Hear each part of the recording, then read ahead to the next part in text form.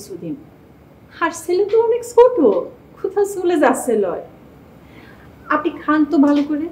সেই সেই সেই আপনাদের আরেকটু মুরগি দেই।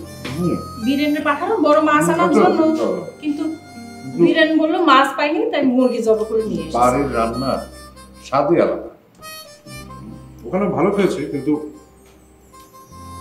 স্বাদ তোমার হাতে রান্না মন ভরে খান। শুনিছ? এগো কোথায় গেলে? দেখো দিনি, সারাদিন জলে রোদে নৌকা টেনে দুপুরবেলা দুটো খাতি এসে গলা ফাটায় চিল্লেতি হচ্ছে। গলা শুকে কাঠ হয়ে গেল, কারো সাড়া নেই। কোথায় গেলে? কি হয়েছে? চাচাচ্ছ কেন? কে থাকবে না শুনি? হ্যাঁ, দুইজন বই তো আর কোনো লোক নেই যে আমি ব্যস্ত থাকলে সে এসে সাড়া দিবে। কে থাকবে মানে? কে থাকবে শুনি? একটা ছেলে বিয়েতে পারিস না, আবার বড় বড় কথা। আমি পারি নে? কত সাধু সন্ন্যাসী কত কিছুই না দেখিয়েছি, যে যা বলেছে তাই করেছি। দুটো পয়সা জমিয়ে ডাক্তার পর্যন্ত দেখিয়েছি, কই কিছুতেই তো কিছু হলো না। তা হবে কি করে? সব গাছে ফল হয় না। নে, অত নাপতেলি করিস নে, খিদে লাগেছে খাতি দে। এরে গাছটি যে কে সেজন্যই তো বলিছিলুম চলো ডাক্তারের কাছে যাই, তোমাক ডাক্তার দেখিয়ে আসি।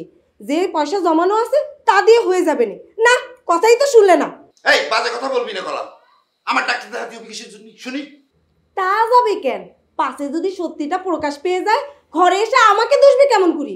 দেখো তিনি খালি কথা বাড়াচ্ছে। করছি খাতি দে, খিদে লাগিছে, যা। খিদে লাগেছে খাতি দে।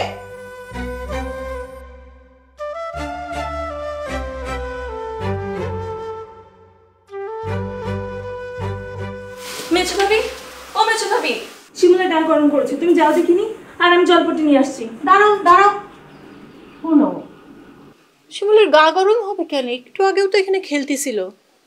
যা ধূপ পড়েছে, এই ধূপের কারণে মনে হয় গা গরম হয়েছে। ও কিছু লয়। তাই বলো? বাড়িতে একটা মাত্র ছোট মানুষ, শত হোক ও হচ্ছে আমাদের একটা মাত্র বংশের প্রদীপ। ওর উপর জন্য কারো কালো নজর না পড়ে। আর বড়ভাবে আমি সবসময় তো ওকে নিয়ে দুশ্চিন্তায় থাকি। শিমুলের উপর পড়বে কালা নজর? তোমরা সকলে ওরা যেভাবে আগলায় রাখো, তার উপর কপালে এত বড় একটা কালা ফোঁটা, এত কিছু ভেদ করে কার কালা নজর পড়বে ওর উপর? জানো মেজু ভাবি, আমি শ্বশুর বাড়ি চলে গেলে শিমুলের জন্য আমার অনেক মন খারাপ করবে। বসো।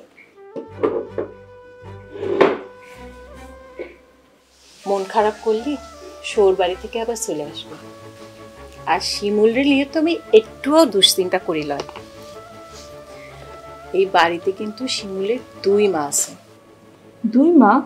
আমি আর বড় ভাবি। শিমুলরে আমি পেটে ধরেছি, কিন্তু বড় ভাবি বাড়ি থাকলে শিমুলের সব খেয়াল রাখে, আমার কোনো কিছু করতে হয় না। বড় ভাবি ভেবেছিল কোনোদিন মা হতে পারবে না, কিন্তু শিমুল হওয়ার পর সেই কষ্টটা বড় ভাবির একটু কমেছে। খাজা বাবার দরবার থেকে ফেরার পর সত্যি সত্যি যদি বড় ভাবির একটা সন্তান হয়, তাহলে বড় ভাবির সব কষ্ট শেষ হয়ে যাবে।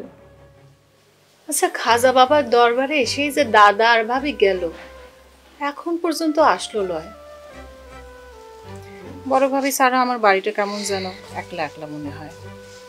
ভাবির কিন্তু কই মাছের পাতুরি খুব পছন্দ, জানো তো? সেদিন বীরেন বলছিল বাজারে নাকি মেলা কই মাছ উঠেছে। আমি বলে দিয়েছি ভাবি বাড়ি লয় আসা পর্যন্ত এই বাড়িতে কোনো কই মাছ ঢুকবে লয়।